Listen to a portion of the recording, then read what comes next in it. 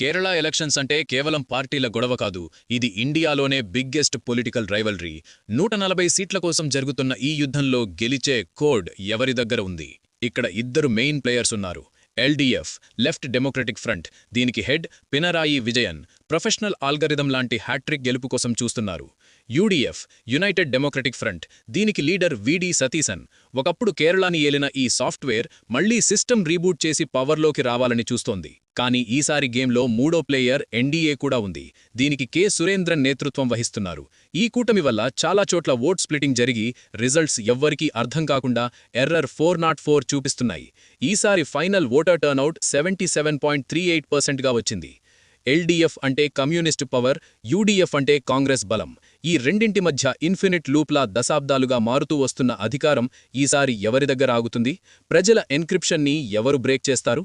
కేరళ ఓటర్లు ఈసారి ఎవరికి యాక్సెస్ ఇస్తారు? మీ ప్రిడిక్షన్ ఏంటి? విజయన్ గారి హ్యాట్రికా లేక సతీసన్ గారి రీ ఎంట్రీయా? కామెంట్ చేయండి. మరిన్ని పొలిటికల్ అండ్ టెక్ అప్డేట్స్ కోసం టెక్ క్లబ్ ఇన్ తెలుగుని సబ్స్క్రైబ్ చేసుకోండి.